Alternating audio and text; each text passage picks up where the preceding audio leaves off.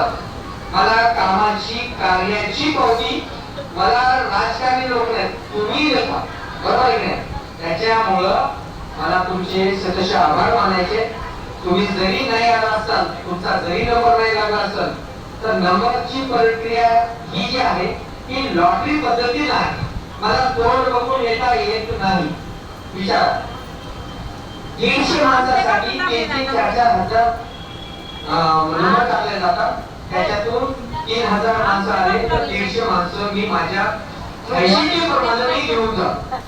आणि तुम्हाला म्हणजे तुम्हाला बरोबर माई विचारा ना, सगळ्या महिला बहुला आल्याच्या नंतर का रडू लागल्या सोडून आता आम्हाला सासर वाचत जायचं.